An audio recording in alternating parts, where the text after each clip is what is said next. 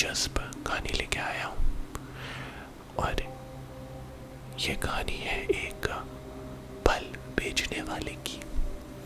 तो एक मोहल्ले में एक फल बेचने वाला होता है जो हमेशा रात को फल बेचता है। वो फल में आमतौर पे सेब और आम और इस प्रकार की चीजें बेचता है। और बाकी सब्जी वालों के मुकाबले, मार्केट, मंडी, आड़त, इन सब के मुकाबले वो जो फल बेचता है, जैसे अगर वो सेब बेच रहा है तो वो सेब बेचेगा 20 रुपए किलो। और उसके सेब इतने लाल, सुर्ख लाल रंग के, और साथ ही में इतने मीठे। और मजा लो, आपको कहीं पे भी एक हल्का सा भी निशान उन सेबों पे कहीं दिख जाए। सब लोग हैरान होते थे उसको देखकर कि पहली चीज, ये फल बेचने के लिए रात के समय क्यों आता है। दूसरी बात, इसके फल इतने बढ़िया क्यों होते हैं कि इन पे कोई एक धब्बे का निशान नहीं। और तीसरी बात, ये हमेशा रात के वक्त ही क्यों आता है। उससे पूछा भी गया कि भाई तुम्हारे सेब तो बहुत बढ़िया है, पर तुम इतने सस्ते दाम पे बेचते हो और अक्सर रात के समय पे क्यों बेचते हो। तो उसने बोला कि देखिए महाराज, अब समस्या ये है कि हमें रात को बेचना पड़ता है, क्योंकि पूरा दिन हमारा बढ़िया बढ़िया बिल्कुल लाल लाल, बिल्कुल मीठे ताज़े सेबों को लाने में और चुनने में निकल जाते हैं, जिसकी वजह से हमको रात हो जाती है। और रात और सस्ते में मैं इसलिए बेचता हूँ क्योंकि मुझे पैसे कमाने का कोई शौक नहीं। मैं चाहता हूँ कि जो भी फल खाए वो बहुत ही बढ़िया, पौष्टिक और अच्छे खुशबूदार मीठे फल खाए। लोगों ने कहा भाई ये कौन सा बड़ा दानवीर कोई हमारे बीच में प्रकट हो गया है। लेकिन लोगों ने फिर कोई एतराज नहीं किया। अच्छी चीज अगर सस्ती पे मिल रही हो तो कौन एतराज करेगा। तो लोग उससे फल खरीदना शुरू करते हैं और खाते हैं। तो वहीं पे एक होता है जिसका नाम होता है मंकू। मंकू का परिवार भी फल खरीदता है और वो खाते हैं। लेकिन मंकू में एक आदत थी। मंकू होगा कोई 14-15 साल का। उसके अंदर चुल बड़ी मचती है, रहस्य जानने की लालसा आप इसे कह सकते हैं। The desire to know what is going on।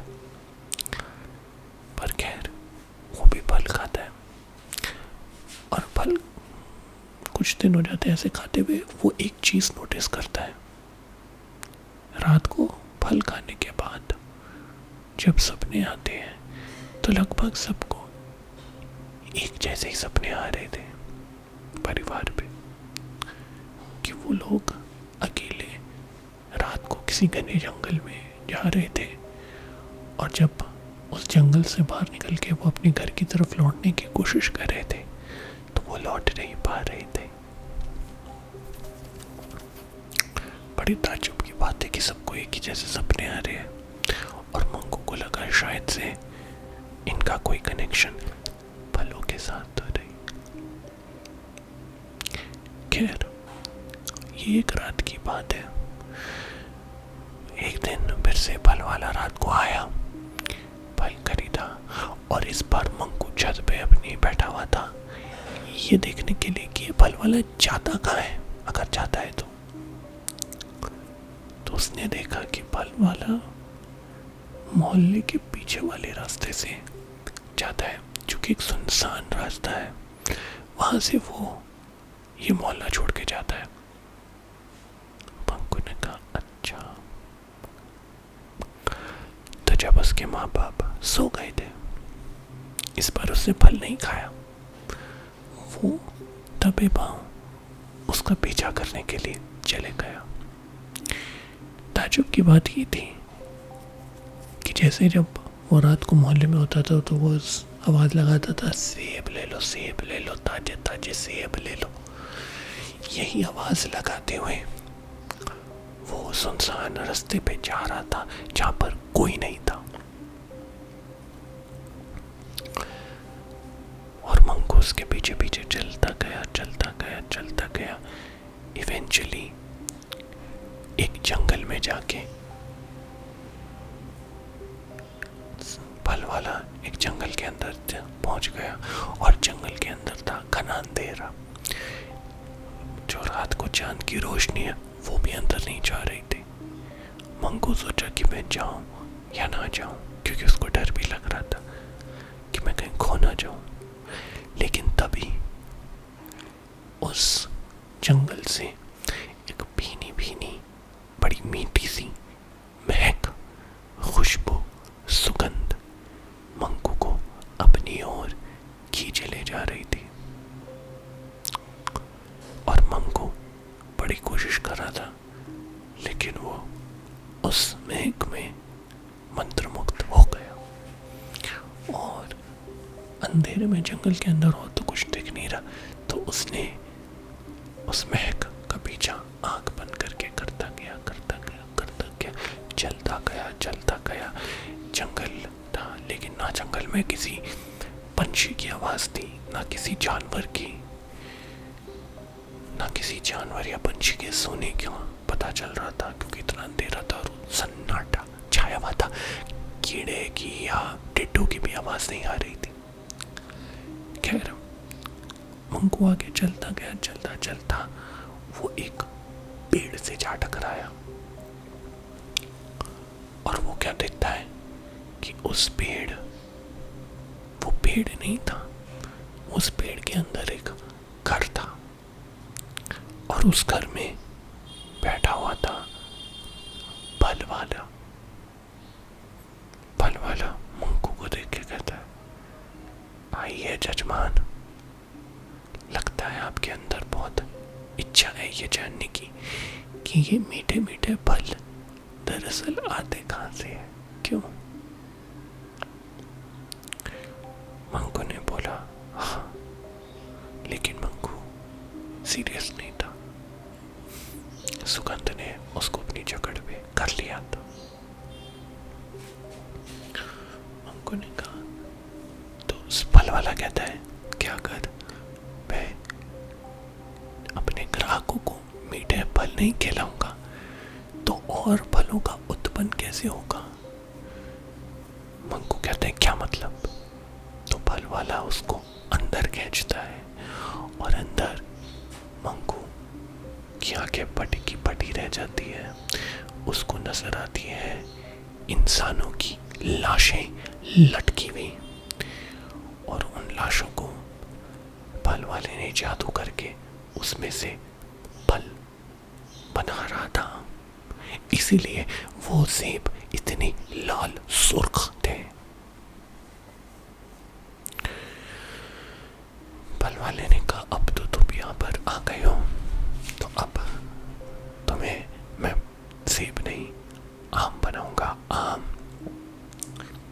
Mangu ने कहा, नहीं, मुझे छोड़ दो, मुझे जीना है। सेब वाले ने कहा, ठीक है, मैं तुम्हें छोड़ दूंगा और तुम्हारे फल वालों को, तुम्हारे फैमिली वालों को फल बना दूंगा, क्या? ऐसे करके मंगू ने कहा, नहीं, मेरे परिवार को कुछ मत करो। तो फिर फल वाले ने कहा, ठीक है, तो फिर एक शर्त पे, या तो तुम्हारे परिवार वाले सब सेब बनेंगे या तुम्हें आम बनना पड़ेगा। तो मैं तुम्हारे परिवार या तुम्हारे पूरे मोहल्ले को छोड़ दूंगा। मंगू बड़ा डरा, घबराया हुआ था, लेकिन वो नहीं चाहता था कि उसके परिवार वाले, उसका मोहल्ला सेब बने, इसलिए उसने स्वयं आम बनने की इच्छा व्यक्त की और वो बोला, ठीक है, मुझे आम बना दीजिए। और फिर फल वाले ने उसको एक मशीन में डाला, उसकी बॉडी को कचरोड़ा और उसका फिर एक आम बन गया। दिलचस्प बात ये थी कि जब बाकी इंसान फल बनते तो वो फल बनते थे, लेकिन जब मंगू आम बना तो मंगू का पूरा शरीर आम का था, लेकिन उस आम पर एक आंख थी।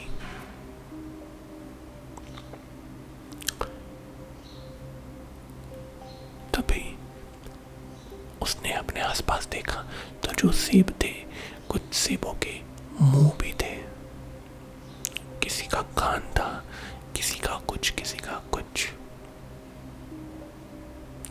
तो मंगू ने भगवान से प्रार्थना की और भगवान से कहा कि हम सबको यहाँ से आजाद कर दो।